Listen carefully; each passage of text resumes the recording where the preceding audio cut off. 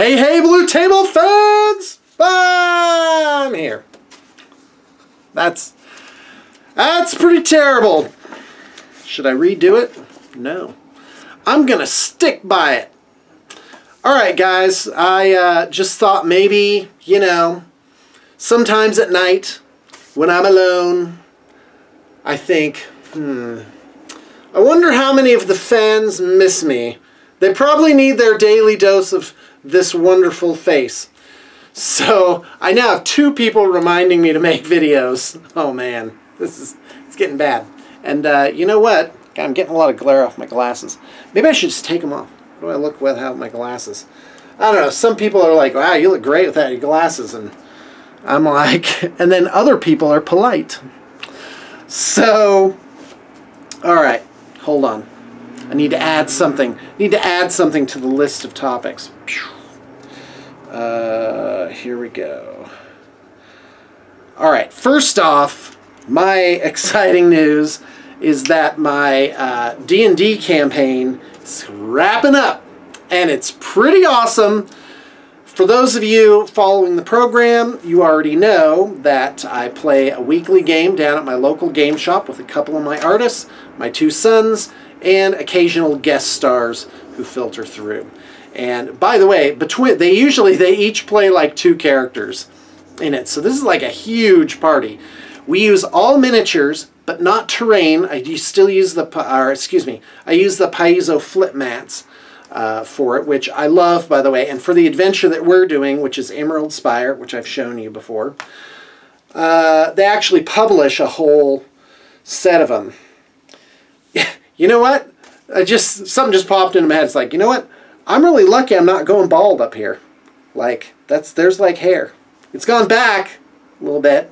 But this is the amount of hair my dad died with, so awesome. That was my big concern, you know, when I was going to visit him during his final weeks. I'm like, how much hair am I going to have at this age? All right, anyway. So D&D is wrapping up. I think we did 20 sessions, and that's respectable. That didn't even count combat training sessions. And so what I do is if I'm running Pathfinder, that game, it's a miniatures battles game. And you really got to learn it. So I would have sessions where I would train my players how to play the game. And I learned the game as well. And quite frankly, when I was thinking of my ultimate D&D idea, which by the way is still percolating, like it's just cooking. It's just cooking. The soup's almost ready. And I was thinking, well, obviously I would do Pathfinder. It's the heir apparent of D&D. Not necessarily, because Wizards has put out a really good D&D product. But I want to talk a lot about that. I'm excited that it's coming to a close. And I'm like, okay, what are we going to do next? We could do Champions, which I love. And we actually had sort of a thing cooking for that with miniatures and terrain. Oh. Or we could do Starfinder. Not a lot of support in the group for Starfinder.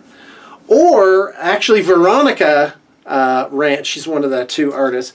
She was running an adventure with us where we started at first level, and it was sort of a scarcity adventure where it was like the big thing we accomplished is we killed this big dumpster rat. And 2 of our characters were so pathetic that we lived in this alleyway in the city. Yeah, it was pretty bad. Low income adventuring. So, but more likely, mostly from, well, that's not true. I was going to say from DM's choice. But, you know, the players seem to like it too. We're going to do Numenera. And I've already done videos on this. You guys know what Numenera is about. And if you don't, you should go back. Look at my new, because I see it. I see it. I put up 40K stuff. It gets this many hits. I put up Numenera. It gets that many hits. And I get it. Why would you watch something you're not interested in? But, you know, Numenera is pretty cool. And so then the other reason is a pretty simple system. It's storytelling heavy. And I have people that were interested in Pathfinder, but they came and they were a little intimidated by all the numbers and, you know, like, and it was obviously intense. Like we had something going on there. So I got 3 new Numenera books. Check them out. All right, and this is by order of publication. So in 2015, they did Into the Night. And then in 2016, you have Into the Deep. There you go, there's your adventures. And then the last one is my favorite, which I'm going to use, is Into the Outside. And Into the Night is about space adventures, and Into the Deep is about under the ocean, and Into the Outside is parallel dimensions and other realms of being. Crazy stuff. And you know what? After picking these up and having a complete set of Numenera books, oh man, I gotta tell you, I thought of it as like, oh, it's just, you know, Monty Cook is just, he's just doing some spin-off thing. There won't be much to it. No, no, no. It's a stack about a foot thick. Like, this is well supported, guys. They just did a Rocket Blast Kickstarter, totally successful. I wanted to back it, but in the end I was just like, you know, I'll just pick it up secondhand when it comes out. I didn't want to wait, you know, 6 months for it. Yep, there it is. Okay, so what I noticed is, if you look at this, I was looking at who did it. The first book is Monty Cook, Bruce Cordell, and Shauna Germain. Shanna, I guess that is. And I can't tell what the deal with Shanna is. That, you know, are they a couple or what? So anyway, because I see videos, or, you know, is she a business partner? I don't know. Then the next one is Monty Cook and Bruce R. Cordell. And then the one published after that is just Bruce R. Cordell. And what does that mean? I think it means that their company is getting stronger. That, you know, it took all 3 of them to kind of chug that one out. And then finally they just have somebody that's producing like a whole book. And of course you see more of that. And I gotta tip my hat to Monty Cook, man. He really is making his own intellectual property. That's really something. So anyway, all right. Oh, also picked up the 3rd installment of Pathfinder Current Adventure Path, the 21st Adventure Path, called Ruins of Ocelot. And this is the one that takes the characters from levels 7 to 10. Flooded Cathedral. It's pretty good. I've skimmed it. You know, I could probably run these. But I don't know, man. I think I'm going Numenera. Numenera! And, okay, so let's keep going. Cadians! Cadians and Tzeentch. This is going to be separate videos for these, but behind me I have 180 Cadians, and then in 5 bins here I have at least, I think it's 240 models for a Tzeentch Demons army, and they're all done. So BTP is bringing the heat, and we are, you know, we're the workhorse. We're the workhorse that's going to get that project done that has hundreds of figures. Now for pricing, you just contact me and you'll be surprised. Nowadays, because I used to give like the middle one and then, you know, one step up. And now I sweet it out to bargain basement, where you need to do it. There's no reason not to get your models done. I mean, just off the top of my head, I'm not saying, you know, I don't like to say numbers in these videos. Because if I give you a quote, it's going to be like, blam, this is the quote, it's spreadsheeted out, here's your numbers. But somewhere between 500 and 700 for a whole army to get done, to get painted, and it's so good. And you can split it up into fourths too. Who can't do 100 to 150, you know, every 2 weeks or every month as we get it done? Also, my scheduling is, so basically, you owe it to yourself to at least, you know, send me the list. So I used to be like, this month we're having like kapow, a special. Well, I was like, you know what? Why don't I just systemize this and make it so it's sustainable? And I did. So it's always good. It's always a good time now. March. March is, I have openings in March. I've started to do things by strict deadlines. I'm phasing into that still. I'm shooting for end of February to have everything like, you will know it's this date, this is when it's going to be done. And I'm getting them like, I'm gaining speed. That's what I'm saying. And it's nice. I mean, if you sent something to me now, it would just be like through February, and then in March you have your thing done. Don't sit around on your thumbs and do nothing. At least, you know, give it a go. Okay, next thing. Now we're getting into, hey, what's going on with Shawn? Well, to put you up to speed, for those that maybe aren't familiar with the program, I am up in Salt Lake City now. Salt Lake is a great place to be. And in fact, rents are going up around here because people are realizing this is really a great place to be. And, you know, a lot of places in my neighborhood are getting renovated, and it's really nice to see. I live maybe 3 minutes from downtown. Like, it's really, I could walk to downtown from where I am. And it's all, that's what I wanted. When I was thinking about, I think I'll move from Spanish Fork, which is kind of small town in Utah. Well, I don't know. Small-ish to middle-ish sized Utah. And a great city, by the way. Spanish Fork is awesome. I know my kids dream of going back there. They really loved it.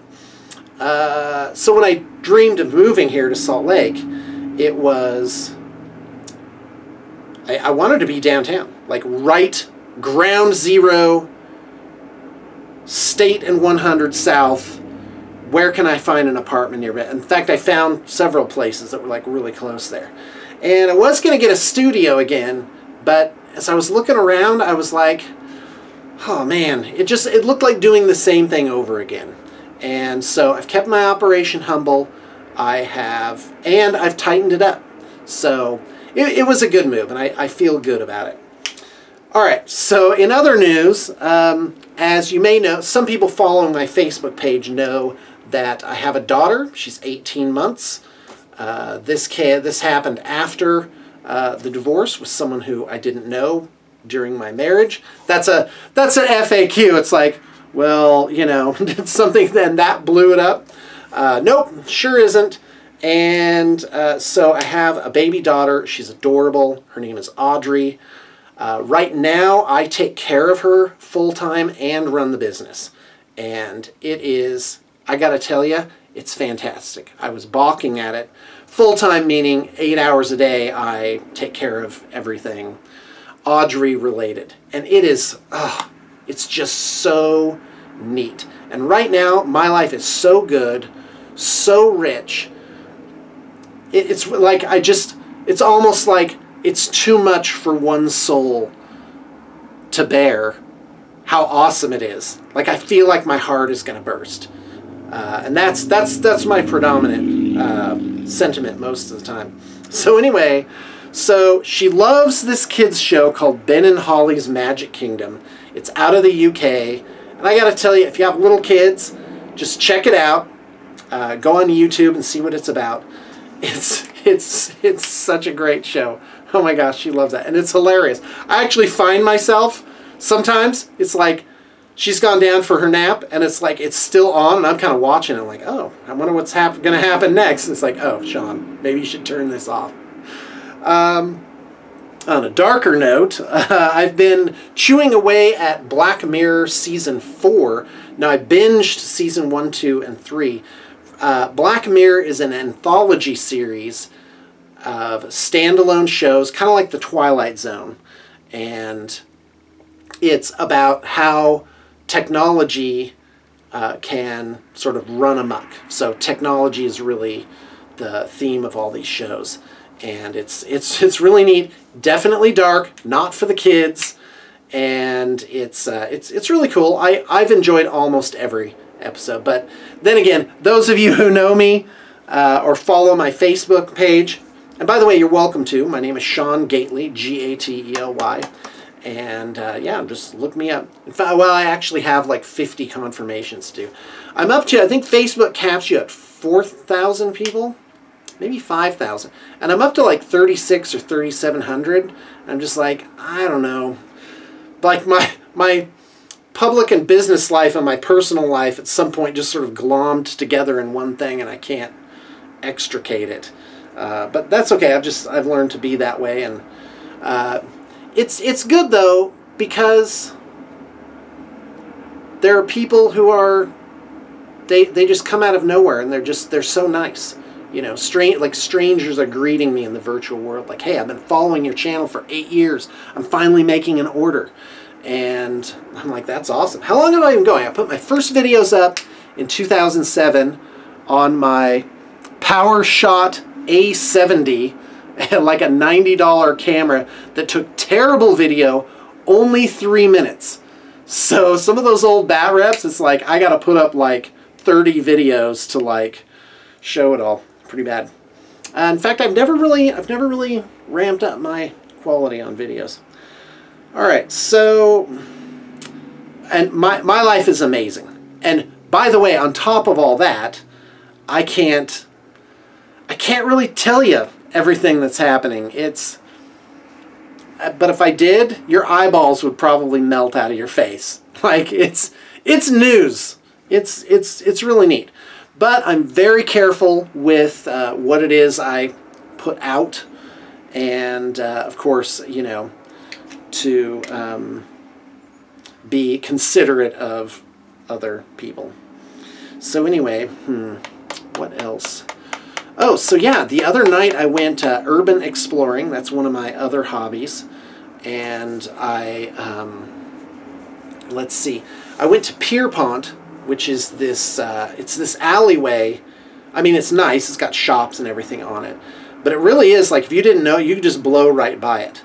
And so it's all destination shops. And it's really, they have, like, Christmas lights. It's really, really neat. It's kind of old, has this old city feel to it. And it's been renovated since I came here in, was it very early 2016? Yeah, I'm hitting 2 years in Salt Lake right now. And I almost rented a studio up there. It was a tough call. It's always a tough call. I'm like, do I do this and make a leap, or do I just strengthen my position? And so far it's been strengthen. For years it's been strengthen has been the answer, rather than go out and, you know, make a leap. But I am coming up on that in 2018. There's going to be, and sometimes a leap can be a strengthen too. You make the leap, and then things sort of come your way that work out. In fact, I was talking to a confidant yesterday, and I was like, everything's been a risk. I could never afford to get any of the studios that I got. I just said, this is awesome, I'm into this, I'm going to do it. And then my excitement sort of carried it forward. And I think that's the nature of human life. That we're creatures born to make risks. Born to make risks and recover if it doesn't work out. We can bounce back, or take risks and have it work out, and ramp that up to the next level, the next level, the next level, the next level. But for me, it's been, I've had to change my viewpoint, my approach to that, from, you know, run rabbit run, basically next level out of like desperation. Be like, oh wow, I got myself into a mess. From desperation to a place of, what's the word I'm looking for? Like powerful, centered well-being that just sort of comes out of me. And I have met some amazing people in my journey. And in fact, I was thinking, you know what, I need to keep an ongoing blog post to thank people, like publicly, you know. But again, you know, not everybody wants a little bit of that spotlight. And it's funny how I tend to, maybe other humans do this, I tend to project, like if I like something, I assume everybody else likes it. So I'm like, ooh, everybody must like attention. And it's like, oh yeah. No, they do not. Oh man, some people do not care for that attention. All right, let's keep going. So another revelation I had just in these last this last week or two is relationships. It's, let me explain. It's, so you look for somebody, and it could be all sorts of different relationships. It could be a professional relationship. It could be you're looking for a place to work. You're looking for certain types of coworkers, maybe a romance or a friendship, a spouse. And it's like you look at people as a point in time. Like, I'm looking for these qualities. If only the two qualities of the two humans just match up, then everything will be great. And I thought, no, because what I've noticed is there's also movement. People are changing. So something I've been keeping in mind in my relationships is to look for where someone is going. So are they static? Like they've sort of arrived and they have no plans to improve themselves or go anywhere, no ambitions. That's not bad. That's certainly a good place to be, and certainly a good match for another person who also wants to just sort of, you know, be in that same place. Maybe for a while, years, months or years, maybe for a lifetime. You know, I mean, can you think of anybody that's sort of just settled down and they've been the same people for the last 10 years? Whatever it is. And again, not just a romance or a marriage or whatever, but it can be work as well, you know. To work for a company, the company's established, and, you know, you're getting the same thing every single day. And there's something to be said for that. There have been times in my life where I'm like, oh man, you know, to be awesome would be no changes for like a year and just sort of like, just recover. But, there's a point to all this. The other way of looking at it is to look at it as a journey. That whatever that relationship is, you're going to be with that person for an adventure for a certain period of time. And I've started shifting my way of viewing things more to that. That I'm just, whoever this person is, I'm just on a journey with that person. And I'm excited to be along. And I'm interested in how things are going to unfold. I don't know. And I don't try and control outcomes. When you're looking for a point, like a person with these attributes, that can be, I think, a pitfall, because then you either change yourself, in which case you sort of rip away from them. Like you're walking along and then all of a sudden you start running. And then it's like, why are my relationships all going to heck, you know? It's like, well, guess what? You can't change who you are and expect to not have a different environment around you. Some relationships are going to slough off. They're not going to be that great anymore. And then other ones are going to come into view. That's exactly what it's like. If you imagine a bunch of people walking along a path, like in a park, say, and there's groups of people, and maybe pairs, or maybe some people who are just by themselves. It's like, well, if you increase or decrease your speed, guess what? That environment is going to change. There's going to be different people coming in and out of your life. And it can be disconcerting. It can feel like everything's going terribly. But I think it's only going terribly if you're looking back and not at whatever new is coming. In fact, I found sometimes I don't even see the new wonderful thing, whatever it is, because I'm too focused on what's going on. So it's interesting. Yeah, and that can have to do with work too.